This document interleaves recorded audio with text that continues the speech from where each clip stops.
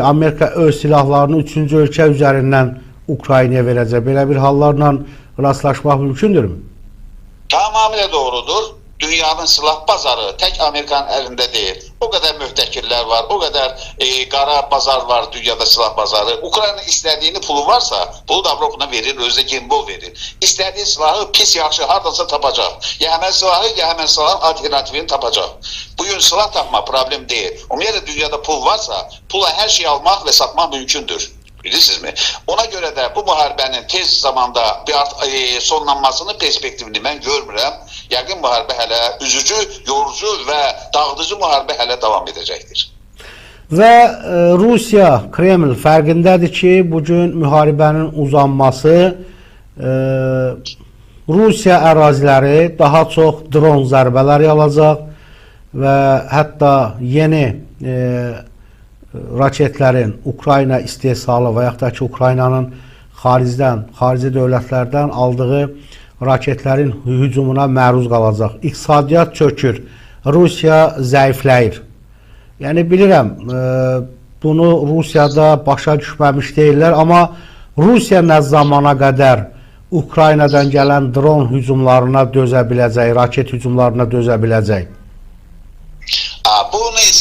Bunu ise Putin'in səbri hesaplayır. Putin'in səbri bu suala cevap verecek. Ne kadar səbirli olacaklar? Yine tekrar edelim. Rusiyanın özünü hərbi əməliyyatlarda dırnar arasında değil, centilmen kimi aparması, aslında centilmen değil, bir vəhşi kimi özünü aparır. Bu davamlı ola bilmez. Hiç vaxt davamlı ola bilmez. Bunun bir sonu gelecek. Ben onda qorxuram ki, bu sonu gelen anda Rusiya özünün strateji yox, taktiki nüvə başlıqlarına əl ata bilər. Bak bu en tehlikeli, en korkulu məqam bak bu münasibətlerde bak bu nöqtədir. Növbəti bir sual. Amerika Birləşmiş Ştatları həqiqətənmi vasitəçi missiyasından uzaqlaşacaq, yoxsa Rusiyanı ilkin olaraq 30 günlük atəşkəsə məcbur edəcək? Hələ qərar verilməyib.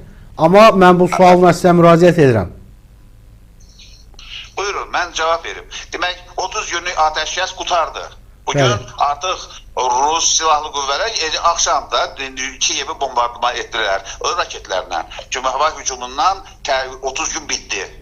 Amerika kaldıkta ise Amerika belli değil. İnden sonra Patriot raketlerini verecek ya vermeyecek. Çünkü bu raketlerin, Rus'un raketlerin karşısına alan orada hava hücumuna müdahale Patriot vardır.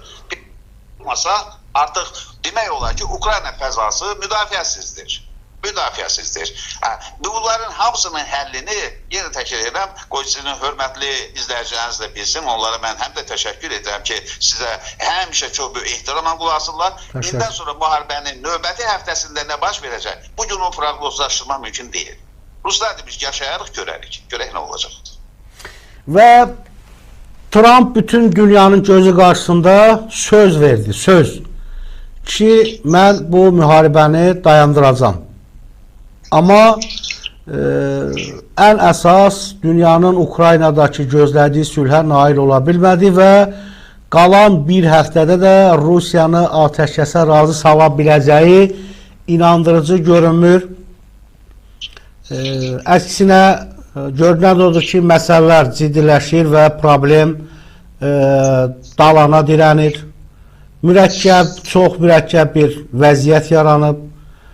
Növbəti 100 günlə Trump sizcə daha hansı addımlar atmaq üçün əlində kartlar var? Baxın, doğrudan da böyük vədlərlə ortaya gəldi və deyək ki, heç hazırlıqsız vəd verdi ki, mən müharibəni bir sutqaya, orada günlər var da, hamımız bilirik, bu qədər müddətə saxlayacağım və s. Amma bacarmadı. Bu həm də dünyanın xırda xalqlarına, Amerika siyasetinə nifrət edənlərə bir ümid verdi, bir qüvvət verir. Dünyanın müxtəlif yerlərində hamı Amerikaya dua oxumur. Amerikanın əleyhinə olan qüvvələr də çoxdur. Onlar ürəkləndilər. Dedilər ki, bu Trump'dırsa, bu dediyini eləyə bilmirsə, biz niyə hünər gətirdi Trump özünün əleyhidarlarına. Keçmişdə 70-ci, 80-ci illərdə baxın. Baxın, Xəlil müəllim, necə hünər gətirə bilər? Axı, Rusiya Ukrayna ərazisini işğal edib. Əgər sən işğala dəstək verirsən bütün dünyanın gözü qarşısında, dünya Trump'dan hansı ibrət götürəcək? Rusiya Ukraynanın ərazisini işğal edib axı. Yəni Krımı deyək ki, tanıdılar Rusiyanın tərkibində. Hə, tanıdılar. İndi Krımla bağlı ziddiyyətli bir mübahisələr var. Xruşovun dövrü filan. Axı Krımdan, yenə deyirəm, mən buna haqq qazandırmıram. Krım Ukraynanın, dünyanın qəbul etdiyi Ukrayna ərazisidir. Amma Krımdan başqa hansı yeri ki işğal edib, o əraziləri də Rusiyanın tərkibinə qatmaq istəyir Trump. Bu təklifdə bulunur. Yəni burada ədalət yoxdur. Mən sizinlə olan əvvəlki verilişlərdə mən dəfələrlə demişəm, başqa kanallardan dünyada əbədi ədalət axtarmaq artıq sadəlövlərin işidir. Dünya çox qanunlarla idarə olunacaqdır indən sonra.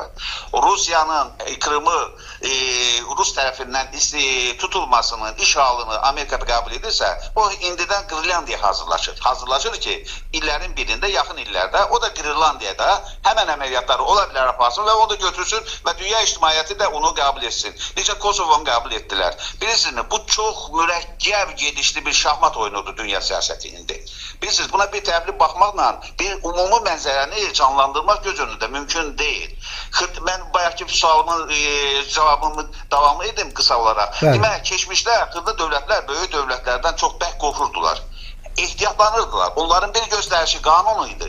İndi Amerikaya baxırlar, başqa dövlətlər görürlər, Amerikanın dediyi iş qanun deyil. Amerikanın dediyi iş qanun deyilsə, başqa dövlətlər də ürəklənir. Deyir, bəli, Amerika nə olsun dedi ki, mən bir həftə saxlayayım. Saxlaya bilmədi ki. Ona görə də indi Qəzzaya bölgəsində orada Həmas artıq dirçəlir. Həmas da deyir ki, nə olsun ki, deyir ki, mən buranı köçürəcəyəm, burada tezə şəhər salmaq. Trump da deyir. Bu günlərin siyasətdə qeyri-ciddilik ənənəsi başlayır. Bax, qorxuluq budur. Xəlil müəllim, Trump haqlıdırmı deyir ki, 2014-cü ildə Ukrayna Krım uğrunda savaşmadı. Rusiya rahatlıqla yarımadanı işğal etdi. Düzdür, bu o demək deyil ki, Ukrayna Krımı Rusiya ərazisi kimi tanımalıdır. Sizcə bu müharibə 2014-cü ildə başlamalı idimi? Ukraynanın Rusiyaya qarşı müharibəsi? Çox qısa cavab verim. Dünyada bir dövlətin başqa dövlətin ərazisində gözü olması vaxtı bir 20-30 dövlət arasında bu var. Hansı dövlət ki başı qarışır, öz işlərinə zəifləyir, digər dövlət məqam güdür. Düşünür ki, bax, mən fürsətimi həyata keçirmək üçün indi məqamdır. Gəldi, düşdü həmən məqam. Əgər biz 90-cı illərdə hakimiyyət uğruna bu qədər dava getməsəydi, heç vaxt erməni Qarabağı mənimdir deyə bilməzdi. Daxildə gedən problemlərdən Qarabağı götürdü. Biz indi özümüzə gəlmişik, qüvvətli olmuşuq, birik, vahid dövlət görürük, aldıq. Eyni zamanda Ruslar gördülər ki, orada hakimiyyət dəyişikliyi var. 2014-cü ilin Ukrayna mənzərələrini gözünüzün qabağına gətirin. Hakimiyyət dəyişikliyi, Yankoviç qovdular, meydan hərəkatı büyük 2 ay işləmədi. Amma biz Azadlıq meydanına gedən kimi orada Maydan deyirlər də, Maydan meydanına getdilər. Və bunlar Rus çox məharətlə istifadə etdi. Dedi ki, məndən qabaqki başıboşum, Xruşovun adına konkret deyirlər də, vermişdi bu ərazini, bu strateji bir yerdir, ölkənin təhlükəsinin vacibdir və biz alaq. Orada hansı qanundan söhbət edər ki, zor olan yerdə hansı qanun var ki, zorla aldılar. Və Ukraynada o qədər gücsüz idi ki, o qədər hakimiyyət davası idi ki, o doğru baxmadı da. İndi ayılı deyil Ukrayna, indi özünə gəlib ki, mənim torpaqlarım getdi əldən. Bilirsinizmi? Rusya məqamdan istifadə etdi. Ona görə bütün dövlətlər sabit olmalıdır, müstəqil olmalıdır. Bütün dövlətlər daxilində ixtişaşa yol verməli. Deyil ki, qıraqçı dövlət onun torpağını alsın. Bu acı bir həqiqətdir, amma dünya siyasəti bu həqiqət üzərində qurulur. Aydındır, təşəkkür edirəm Xəlil müəllim. İnşallah baxaq görək, dünyamız üçün sülh əmin-amanlıq olsun. Amma həqiqət, ədalətin adı ədalətdir.